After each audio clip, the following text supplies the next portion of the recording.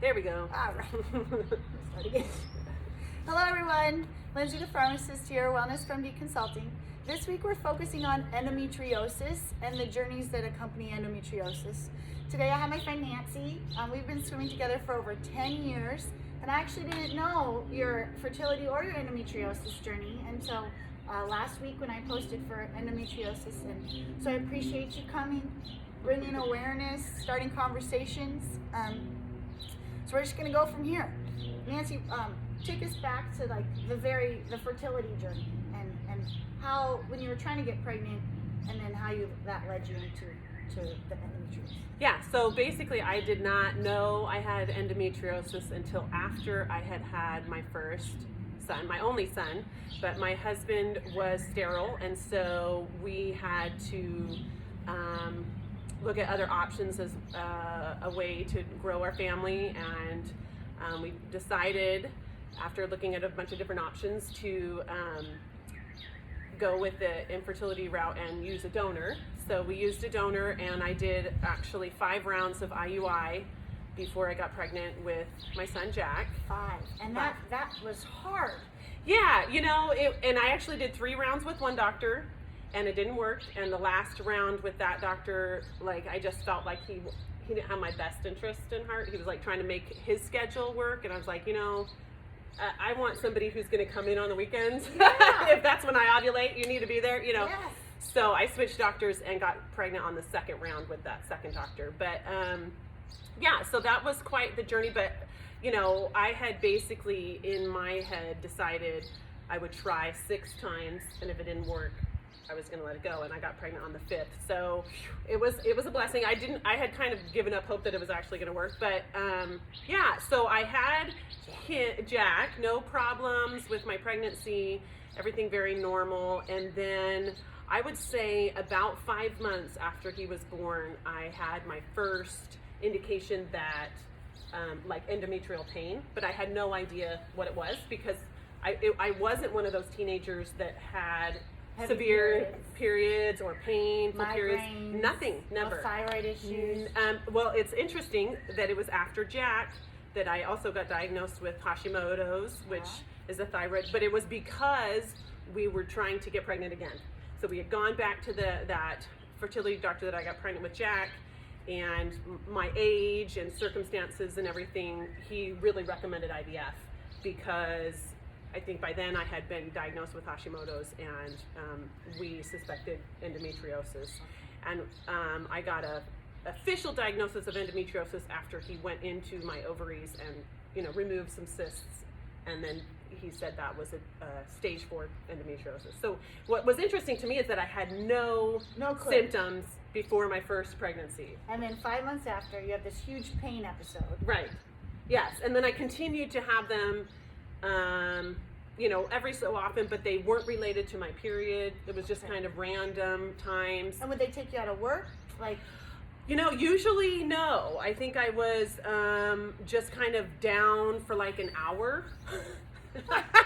I'd have like this severe pain, and I would just be like, no, seriously, like, and my body would go into shock. I would shake severely. Oh. And the first time, I think it was the second time that I went to the ER. And by the time I got to the ER, I wasn't really in any pain anymore. But it had scared you enough. Yes, it had scared me enough that I'm like, what's going on? And then, so the ER doctor, of course, is like, we don't know. You're fine. You know, they do all the tests and nothing. You. Yeah, pretty much. So I'm finding that there's a lot of ER trips with endometriosis.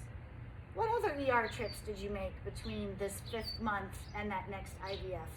Okay, so yeah, basically, in addition to the severe pain that I started feeling, eventually, and I think it was when I was trying that to do IVF, you know, it's all kind of a jumble now, but I started having what the ER doctors called dysfunctional uterine bleeding, and I just bled super heavy, like could not stop the bleeding.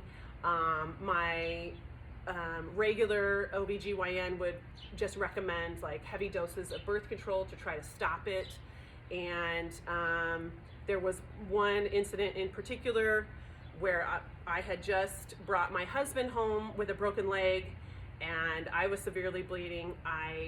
in the middle of the night, woke up with my forehead split open on the floor in the bathroom because I had lost so much blood that, so You fainted. I fainted. I fainted in the bathroom because I had gotten up to go to the bathroom, and I bled out. My neighbors took me to the hospital.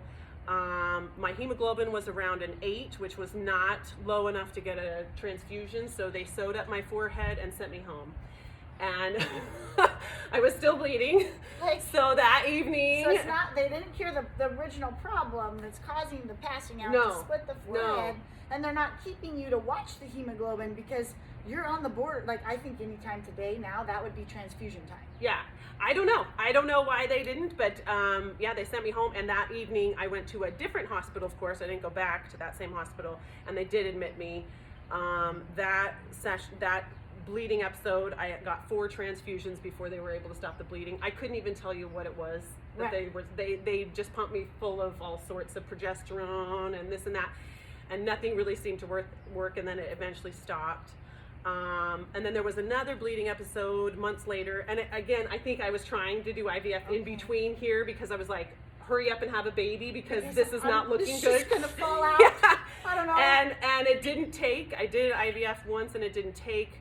So I do remember that I had 2 embryos frozen, ready to go, but I had another bleeding episode, and this one I had 6 transfusions before they were able to stop the bleeding. I don't remember how many days I was in. You don't want to remember No, that. Your body you're traumatized from blood. Yeah, and they eventually stopped it by cauterizing my arteries to the uterus. Okay. And I woke up in the ICU from that surgery.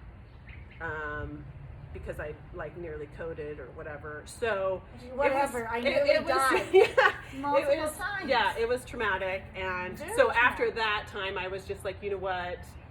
I just need to get this uterus out. It's trying to kill me. And I had to give up those 2 embryos. I decided to just destroy them. I didn't, but it was the idea of those 2 possible babies that I was never going to.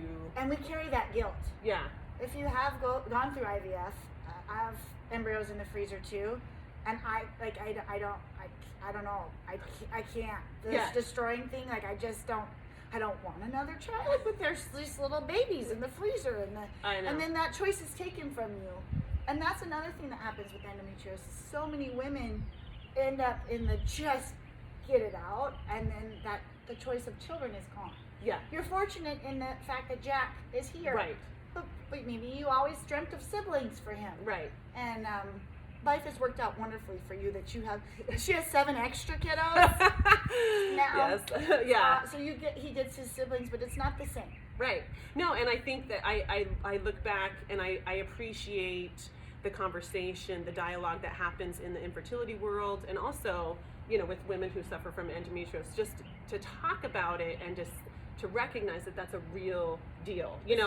Like I remember having, friends with that were able to get pregnant normally and have that discussion of, I don't know if I'm done having kids or whatever. And I remember being like, well, that's nice that you get to choose, because I don't even get to choose when I'm done or not. Sensitivities to that, and that's pretty typical. Yeah. I think we need to be a little more sensitive when you're talking about those choices, because you never know. I mean, 1 in 10 are sitting around with endometriosis. 1 in 8 couples are going through fertility.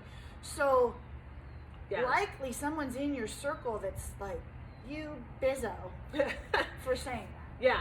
And you just have to get over it. I mean, I really did. And I really feel like, I love that you call it a journey, because it was a journey. And throughout that journey, I was able to accept the reality, to accept that this was what's going to happen, and be okay with it, because the alternative was to suffer or to be upset.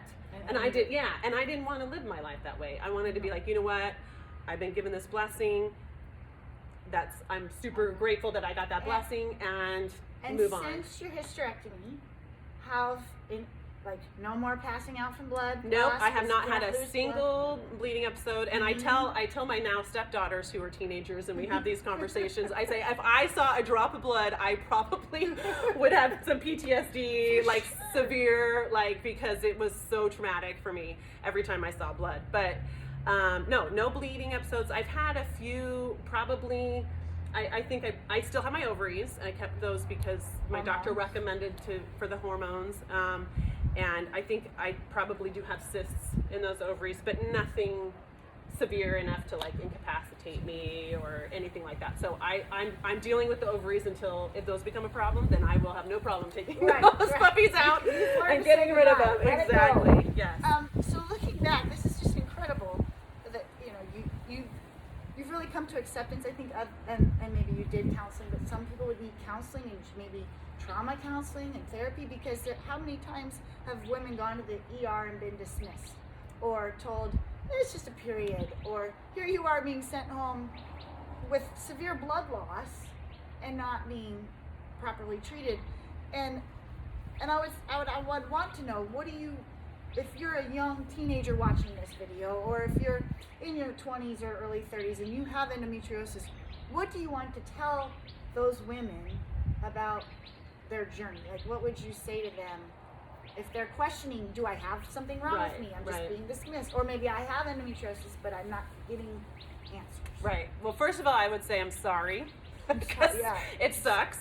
And I like I said, I was a normal, quote unquote, normal teenager, so I never really had pain. And so once I got that pain, I was like, oh, I kind of was one of those that judged girls that were like complaining, who complained about their, bad cramps or whatever. I just would be like, oh, you're just a wuss. And then now that it's happened to me, it's like, it's more than just bad cramps. Like if you are, incapacitated in any form, from pain. Yeah, like it's real. Don't dismiss it. Don't let somebody else tell you that just suck it up, you're fine. I would definitely, I wish that I had been more of an advocate for myself, because I just accepted what my doctor said, and I really didn't try to like educate myself on what might be happening. Yeah, what might be happening, what I could do. They found you at stage 4.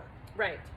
Yeah. So they even stage it like cancer. Right. They did. Yeah. I didn't know. I don't know what that means. I just know it was severe. So, yeah, I would say I'm sorry, and number 2, don't let somebody tell you that it's not a big deal, because I did have ER doctors that kind of just like, well, we don't know what's wrong, I guess go home. And I think if they did, fine, go to a different ER, or call your OBGYN, or if you're doing infertility, call your infertility doctor. Find somebody that will listen to you and help you, and guide you, right? And maybe say, well, if they're not answering, we should talk to this one, or right, that one. Right. There's uterine specialists. There's pelvic floor specialists that just specifically work with anything related to the women's reproductive and endometriosis. So, yeah, I think that's great advice.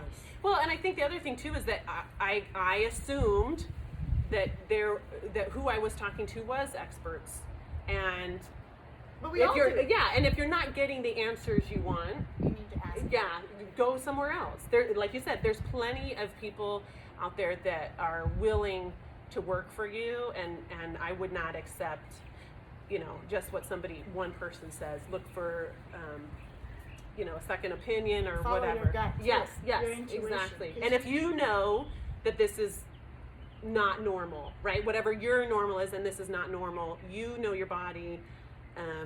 Don't let somebody try to tell you something otherwise. That's what I would say. Thanks. Yeah, no problem. You're awesome at this. Maybe I should have her back. I don't know about I do.